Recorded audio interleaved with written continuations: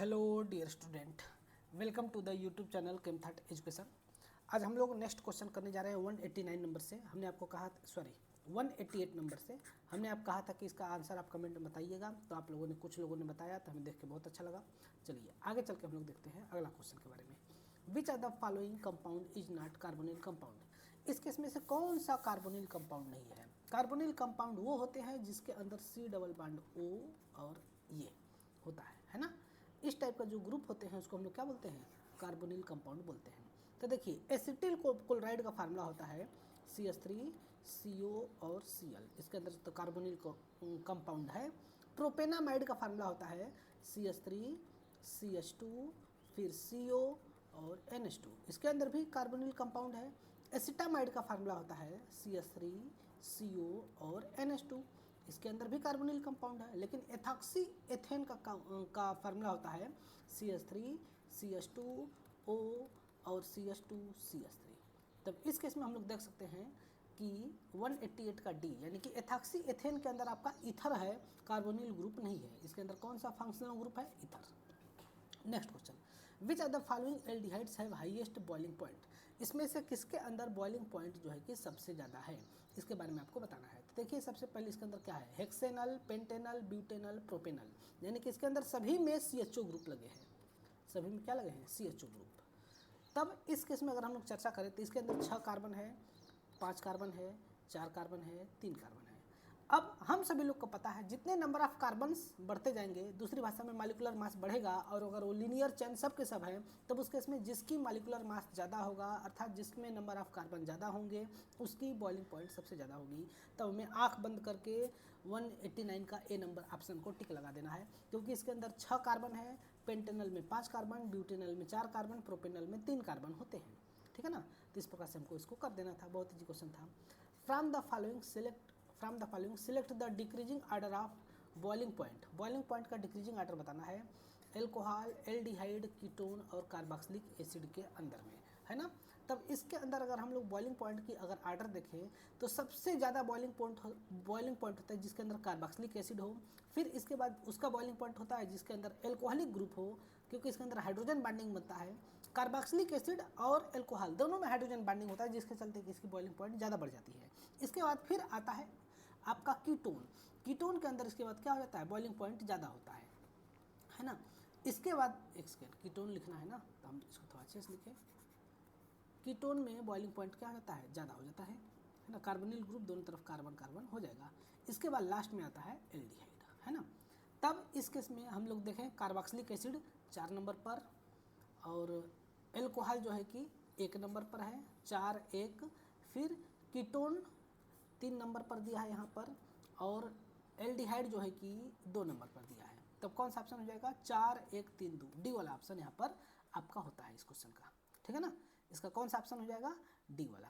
ठीक है। अब आगे हम लोग देखते हैं कि अगला क्वेश्चन कैसे करेंगे।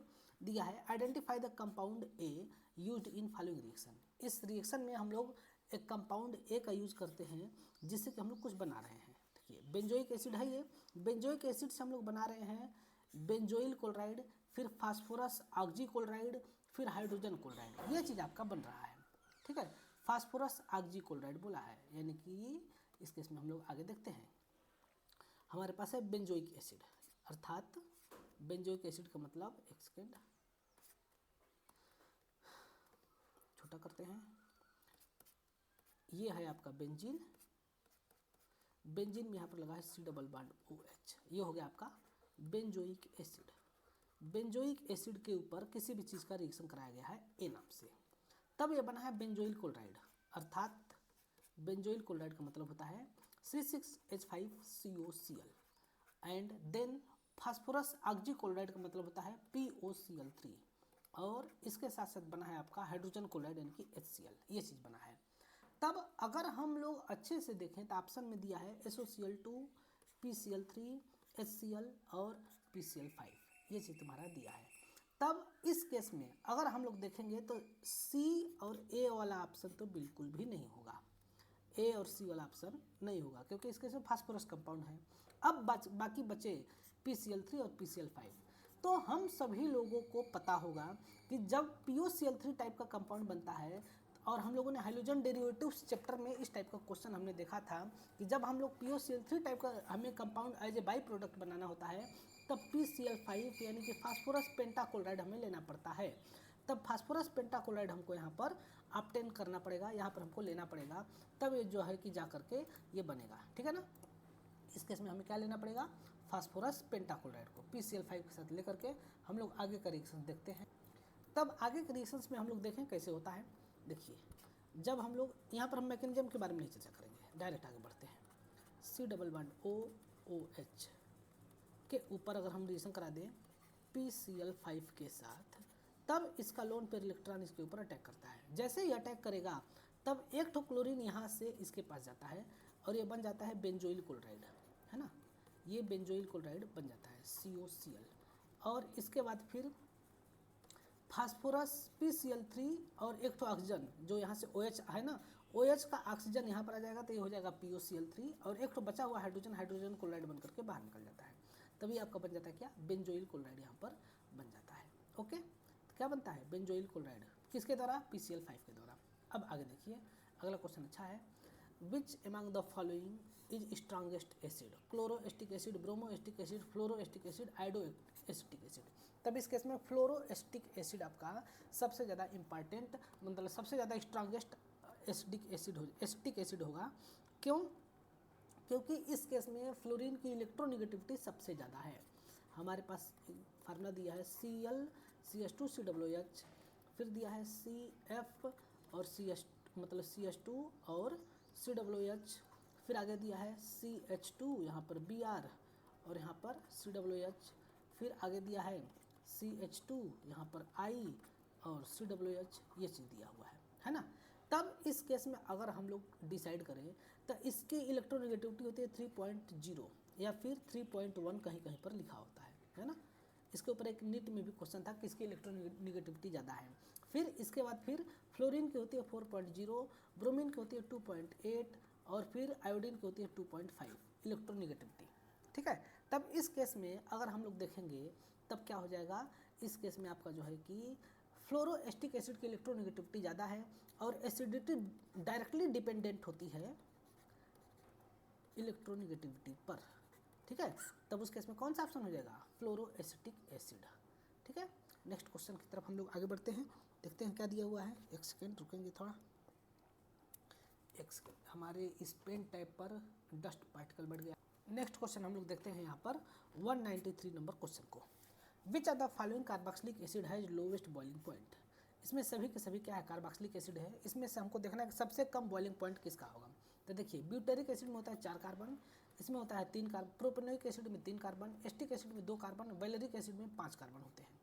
ठीक है ना, वैलेरिक एसिड में कितने कार्बन होते हैं, 5 कार्बन होते हैं। तो जिसके अंदर कार्बन की संख्या ज़्यादा होगी उसकी बॉइलिंग पॉइंट ज़्यादा हो जाएगा। लेकिन हमें लोएस्ट पूछ रहा है तो जिसके अंदर कम होगी यानी कि एस्टिक एसिड की बॉइलिंग पॉइंट सबसे ज़्यादा कम हो जाएगी।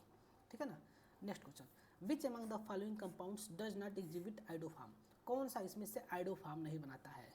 तो इसके इसमें देखिए acetophenone, normal butyl alcohol, secondary butyl alcohol और फिर एस्टल्डिहाइड, चारों का हम लोग फार्मूला लिखते हैं। सेकेंडरी एस्टल्डिहाइड का फार्मूला क्या हो जाता है यहाँ पर CH3CH2।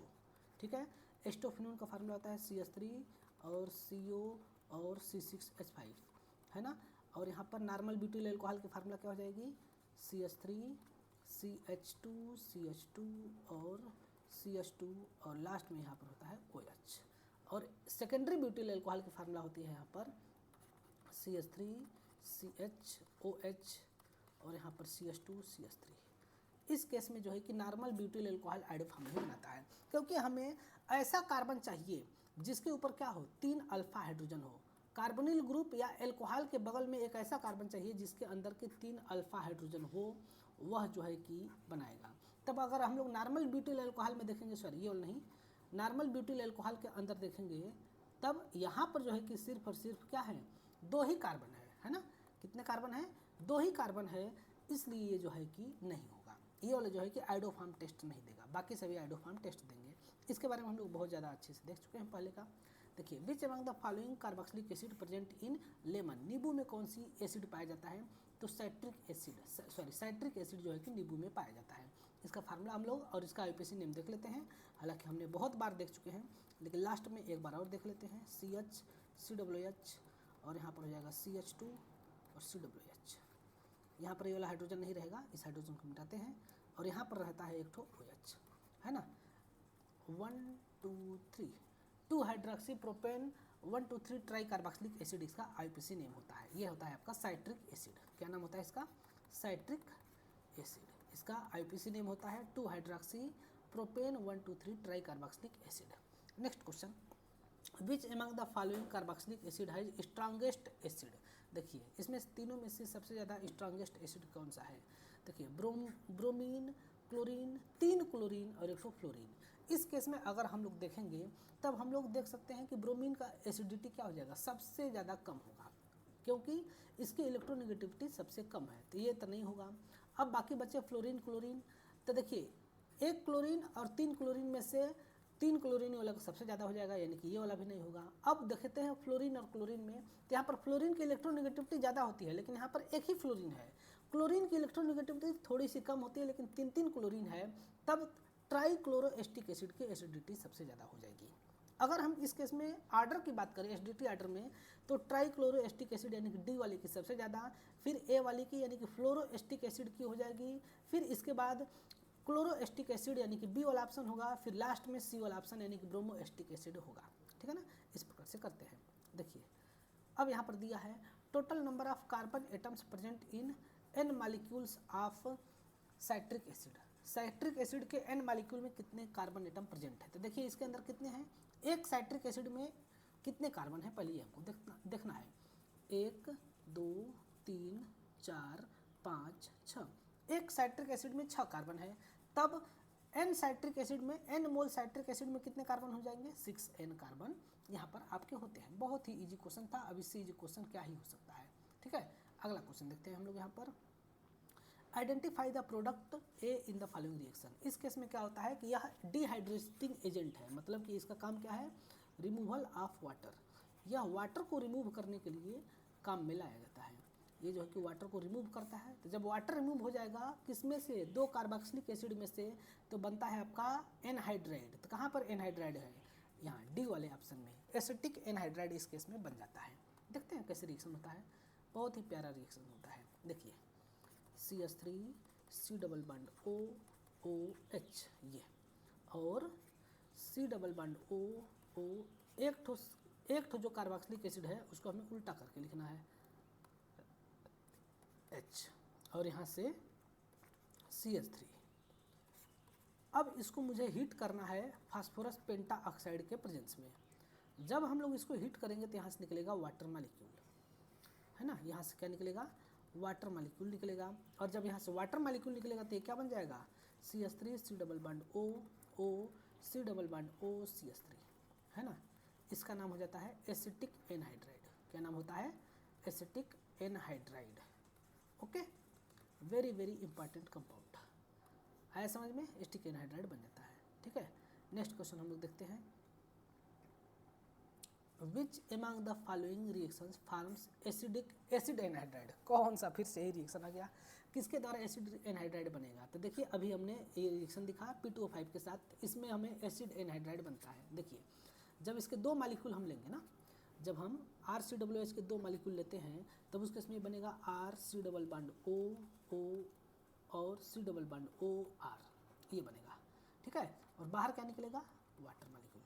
अब देखिए कार्बोक्सिलिक एसिड को रिएक्ट कराते हैं एल्कोहल के साथ और हीट करते हैं, तब यहाँ से भी निकलता है वाटर मॉलिक्यूल और ये बनता है आपका एस्टर।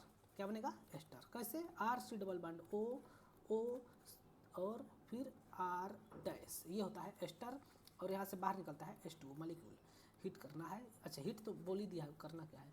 अब देखिए कार्बोक्सिलिक एसिड को रिएक्शन कराते हैं सोडियम बाइकार्बोनेट के साथ एक्वस मॉलिक्यूल का, तब इस केस में क्या होता है? इस केस में आपका बनता है sodium acetate, RC double bond O minus फिर Na प्लस, और यहाँ से बाहर निकलता है क्या चीज़?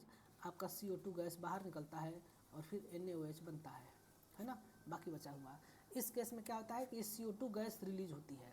CO2 गैस जब रिलीज होती है तब इस केस में इसको हम लोग बोलते हैं टेस्ट ऑफ कार्बोक्सिलिक एसिड, है ना। इस केस में कार्बोक्सिलिक एसिड का टेस्ट इस प्रकार से किया जाता है। नेक्स्ट रिएक्शन दिया गया है PCl5 के साथ रिएक्शन कार्बोक्सिलिक एसिड का। तो अभी हमने ऊपर में इस रिएक्शन को देख चुके हैं। एसिड क्लोराइड बनेगा RCOCl, फिर HCl बाहर निकलेगा, फिर POCl3 हो जाएगा, है ना। इस प्रकार से चीज़ें होती है। अगला देखते हैं हम लोग, number of alcoholic OH and COH groups in citric acid. Citric acid में कितने एल्कोहलिक एसिड, एल्कोहल और कितने कार्बोक्सिलिक एसिड होते हैं? तो एक एल्कोहल होता है और 3 ठो कार्बोक्सिलिक ग्रुप होते हैं, देख सकते हैं। अभी हमने ऊपर बनाया था, हम लोग उसी को देखते हैं, फालतू में समय नहीं बर्बाद करेंगे। 1 ठो OH है और 3 ठो COH है ना। तब यही हो जाएगा 1 और 3 वाला ऑप्शन। अगला क्वेश्चन दिया है, which among the following compounds represent soap of molecule. कौन सा जो है कि क्या करता है, साबुन के मॉलिक्यूल को बताता है। Potassium salt of higher fatty acid, sodium salt of formic acid, ammonium salt of higher fatty acid, ammonium salt of formic acid. Potassium salt of higher fatty acid क्या कहलाता है? साबुन कहलाता है। फैटी एसिड का मतलब होता है कि ऐसे कार्बोक्सिलिक एसिड जिसके अंदर कि 5 से अधिक कार्बन होते हैं, तो उसको हम लोग क्या बोलते हैं? उस केस में 5 से अधिक कार्बन वाले कार्बोक्सिलिक एसिड को हम लोग क्या बोलते हैं? फैटी एसिड बोलते हैं। उसमें सोडियम या पोटेशियम के साल्ट होगा, यानी कि फैटी एसिड के साथ साथ सोडियम और पोटेशियम के साल्ट होंगे, तो उसको हम लोग क्या बोलते हैं? फैटी एसिड बोलते हैं। नेक्स्ट क्वेश्चन देखते हैं। आजकल बहुत ही अच्छा क्वेश्चन चल रहे हैं। Which among the following reactions does not correctly match with the reagent. कौन सा रिएक्शन जो है रिजेंट के साथ सही मैच नहीं कर रहा है? देखिए, स्टीफन रिएक्शन में SnCl2 HCl, हाँ ये चीज़ सही है। गाटरमान कोच रिएक्शन में फॉर्मेलेशन नाना, ये रिजेंट नहीं होता है। इस केस में जो रिजेंट होता है वो होता है आपका CO और HCl के द्वारा हम लोग क्या करते हैं? बेंजीन को बेंजीन को बेंजल्डिहाइड में कन्वर्ट करते हैं। इसके ऊपर हम लोग रिएक्शन कराते हैं CO HCl एनहाइड्रस AlCl3 के प्रेजेंस में, तब ये बनता है आपका बेंजल्डिहाइड, है ना। इस चीज़ को हम लोग बहुत पीछे क्लासेज में देख चुके हैं, इसी चैप्टर से, एल्डिहाइड कीटोन कार्बोक्सिलिक इस चैप्टर में, ठीक है ना। रोजेनम्यून रिडक्शन, हाँ, हाइड्रोजन और पैलेडियम BaSO4 के साथ RCOCl को हम लोग किस में कन्वर्ट करते हैं? RCHO में कन्वर्ट करते हैं। इटार्ड रिएक्शन में क्रोमिल क्लोराइड का यूज करते हैं, और इसमें जो है कि हम लोग क्या करते हैं, इस केस में हम लोग टॉल्यूइन को या फिर एल्किल बेंजीन को हम लोग कन्वर्ट करते हैं किसके अंदर? एल्डिहाइड के अंदर में, ठीक है। एल्डिहाइड या फिर कार्बोक्सिलिक एसिड के अंदर में जैसे जैसे कंडीशन होता है उसके हिसाब से हम लोग कर लेते हैं, ठीक है। तो गाटरमान कोच फॉर्मेलेशन रिएक्शन ये गलत है, ठीक है ना। Next, identify the compound be in the following reaction. इस केस में कंपाउंड बी क्या होगा? एथिल प्रोपेनोएट दिया है, यहाँ एथिल एल्कोहल दिया है, यानी कि प्रोपेनोइक एसिड यहाँ पर होगा, है ना। प्रोपेनोइक एसिड के साथ रिएक्शन कराने पर एथिल प्रोपेनोएट बनता है। देखते हैं कैसे।